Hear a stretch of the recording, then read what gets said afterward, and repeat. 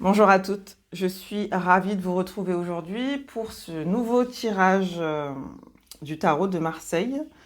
On a un joli tirage cette semaine avec de nombreuses nouvelles cartes, des cartes qu'on n'a pas encore vues depuis qu'on a commencé cette aventure tarot et compagnie. Donc ça va être sympa. Aujourd'hui, la coupe nous propose encore la force avec une nouvelle carte qui est celle du jugement. Alors la force accompagnée du jugement, c'est vraiment une belle coupe parce qu'en fait, elles vont vraiment ensemble. Encore une fois, la force, c'est les instincts, c'est l'énergie primaire à l'intérieur de nous, c'est cette force brute, mais pas combative. C'est le fait qu'on puisse obtenir les choses avec simplicité, juste être qui l'on est vraiment et incarner ce qu'il y a à l'intérieur de nous. Et là, avec le jugement, on a cet appel à une nouvelle conscience. On voit sur la carte du jugement qu'il y a cet ange qui sonne du clairon, deux personnes qui sont en prière face à cet être bleu qui s'éveille. Et donc, ça nous appelle à une nouvelle conscience, à une renaissance, à... On va aller vers ce qui est vraiment important pour nous. On va aller vers nos rêves, vers nos souhaits, vers notre mission de vie. Et lorsque le jugement tombe, accompagné de la force, le message, je crois qu'il est clair. Nous allons pouvoir avancer vers ce qui est vraiment important pour nous. Cette semaine, on nous demande justement d'être un peu plus tournés vers peut-être l'enfant intérieur aussi, quels étaient nos rêves lorsque l'on était enfant. Qu'est-ce qu'on souhaite vraiment aujourd'hui? Qu'est-ce qui nous fait vibrer? Qu'est-ce qui nous fait, voilà, qui réveille en nous ce désir, cette envie de faire les choses? Donc là, l'invitation cette semaine, ce sera justement de revenir un petit peu à l'essentiel, de se poser les questions de qu'est-ce qui est important pour moi, qu'est-ce que je désire vraiment, est-ce que je me sens à ma place, est-ce que j'aime ce que je fais? Ou est-ce que je suis un peu dans une routine où voilà, rien ne change, mais financièrement, c'est mieux d'être là, tout ça c'est connu, etc. Il y a voilà, une impulsion à aller vers une renaissance, d'aller puiser à l'intérieur de vous et d'oser regarder véritablement ce qui vous fait du bien et d'un autre côté, ce qui vous retient en fait. Qu'est-ce qui me retient? Qu'est-ce qui m'empêche de me renouveler? Qu'est-ce qui me tire vers le bas et m'empêche de rayonner? C'est toutes ces questions qui, à mon sens, on devra se poser cette semaine. N'hésitez pas à faire du journaling, à écrire, à noter les questions que je vous propose et celles qui vont vous venir aussi naturellement en y pensant. Et puis, petit à petit, sur la semaine, à venir écrire un petit peu ce qui vous vient. Mais il y a, voilà, réveil.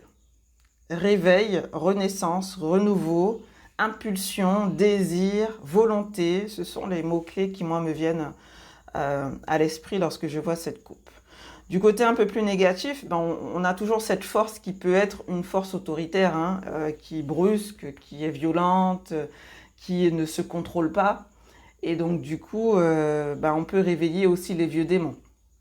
On peut réveiller aussi les vieux démons et plutôt que créer, on peut détruire. C'est pour ça que c'est important de savoir canaliser la force brute, instinctive, presque animale qui est à l'intérieur de nous, pour créer la vie que l'on souhaite et pas le contraire. On va aller un petit peu dans le tirage. Alors si tu as tiré la carte numéro 1, tu as tiré la carte du pendu. La semaine dernière, on était sur un thème la tête à l'envers, avec l'étoile qui avait véritablement la tête à l'envers.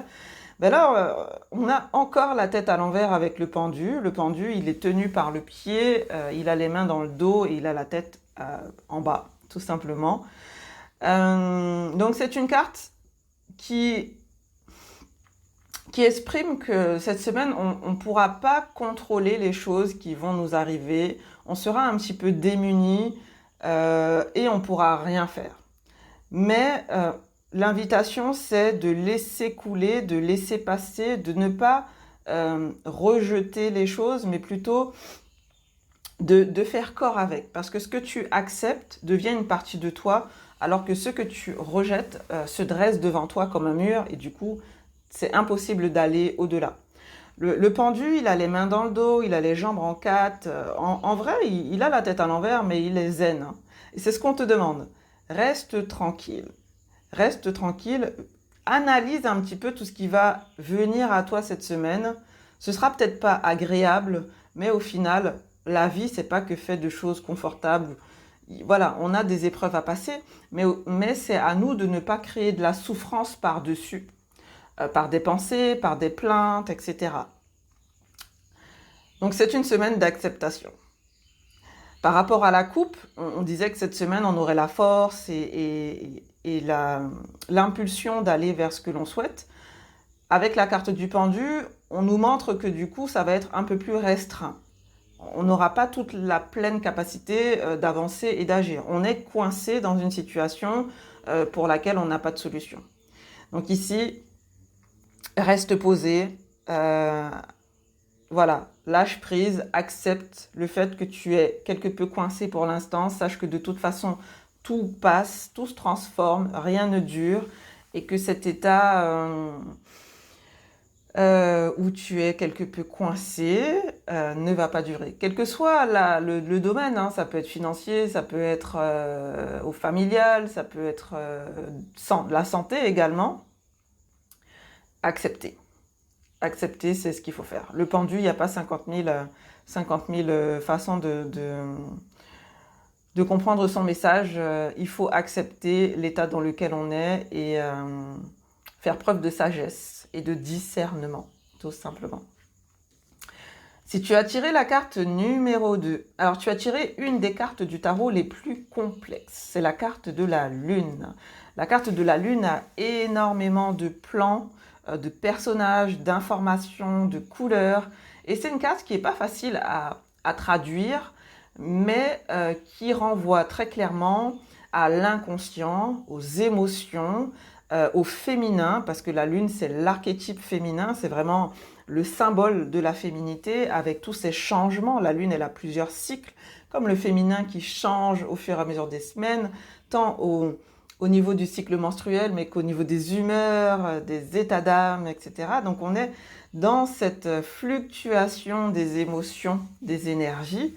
Ça peut aller du simple au double, ça veut dire de beaucoup de joie, de prise de conscience, d'intuition, de rêve, comme ça peut aller à la dépression, où là on retombe complètement dans nos, comment dire, pas nos travers, mais nos doutes, nos peurs, voilà, tous les liens toxiques que l'on peut un peu avoir.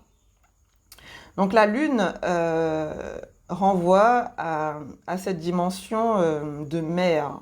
La mère que l'on a eue, la mère que l'on est, quelle relation on a avec notre propre mère et quelle relation on a avec nos enfants si nous-mêmes on est mère, cette dimension d'amour de soi, d'amour des autres.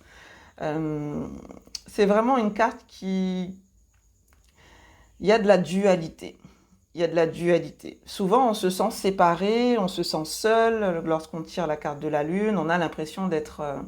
voilà, c'est comme les animaux, ils regardent de la Lune sur la carte. Comme s'ils veulent atteindre un idéal qui semble très loin. Et en même temps, on a l'écrevisse, là, qui représente le signe du cancer.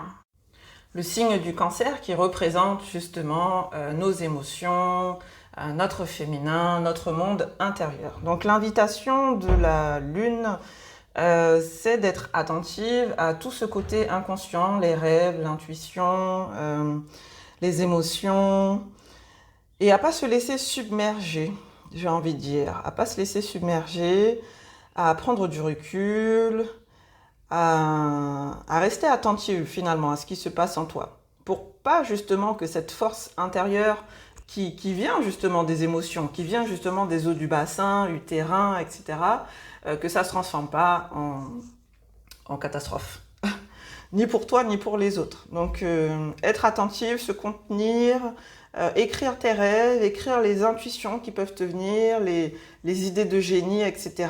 La Lune, elle est souvent très très porteuse de messages, mais il faut rester attentif justement pour pour les recevoir.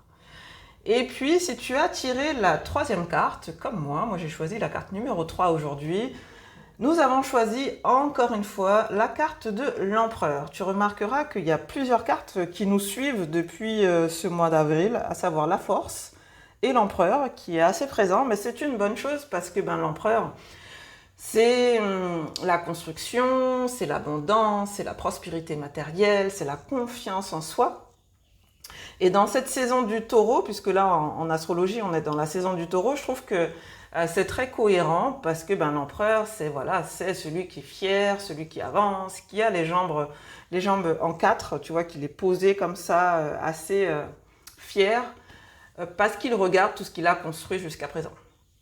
Il regarde l'empire, entre guillemets, qu'il a construit jusqu'à présent, et puis il est fier.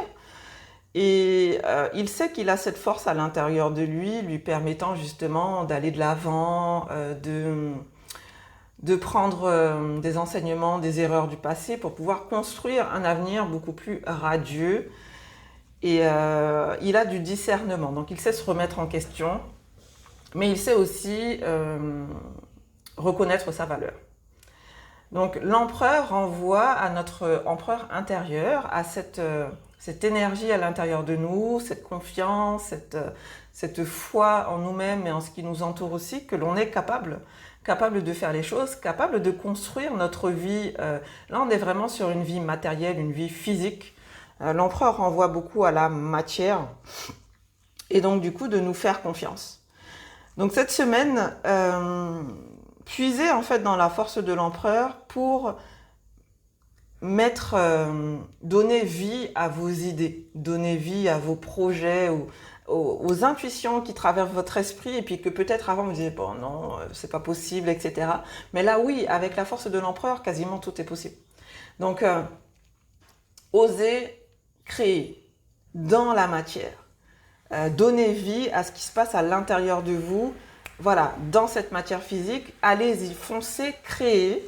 Avec cette énergie d'empereur, vous avez la force suffisante pour vraiment donner vie à vos projets. C'est ça qui est important. L'empereur, on l'a vu beaucoup de fois ces dernières semaines, donc normalement vous le connaissez, mais il représente aussi une figure masculine à l'extérieur de nous, donc un père, un mari, un ami, etc. Quelqu'un sur qui on peut compter et qui tient à nous et qui parfois nous remet sur la bonne voie, j'ai envie de dire. Donc ça peut paraître être parfois des reproches, ou voilà, on prend mal ce qu'on nous dit, mais n'oubliez pas que cet empereur, il nous veut du bien et que parfois, la vérité n'est pas facile à entendre. Donc savoir écouter et recevoir, c'est important de ne pas se brusquer, de ne pas être dans le mauvais côté de la force, j'ai envie de dire. Donc voici le message des cartes pour notre semaine. On va être vraiment dans une semaine avec beaucoup de créativité, d'intuition, de renouveau. Restez à l'écoute de vos émotions, de vos ressentis. Selon si vous avez tiré la carte du pendu ou la carte de l'empereur, qui sont finalement deux cartes complètement opposées, puisque le pendu, il est bloqué, alors que l'empereur, lui, il est dans l'action et voilà, il sait ce qu'il fait. Acceptez tout simplement l'énergie qui est la vôtre en ce moment, faites avec. Sachez toujours que tout passe, tout se transforme, que rien ne dure de toute façon. Autant l'énergie de l'empereur qui est active, autant l'énergie inactive du pendu, rien ne dure, tout se transforme. Donc acceptez l'impermanence de la vie, profitez de votre semaine, soyez attentifs à tout ce qui vous entoure, prenez du temps pour écrire et reliez-vous à la nature au maximum. Essayez de garder votre ancrage, d'être proche de la terre et peut-être même de la lune, parce qu'encore une fois, toutes les cartes nous parlent. Toutes les cartes nous parlent. C'est pas uniquement la carte que vous avez tirée qui a un message pour vous. Les 5 cartes entre la coupe et les 3 cartes du tirage ont un message pour chacune de nous. Donc tirez le message le plus juste en sachant que moi je vous donne une version de ce qui me semble juste pour moi aujourd'hui, mais que vous pouvez voir autre chose dans les cartes. Et ce que vous voyez vous sera toujours le plus juste par rapport à votre histoire. Je vous souhaite une magnifique semaine et je vous dis à lundi prochain pour un nouveau tirage. Merci.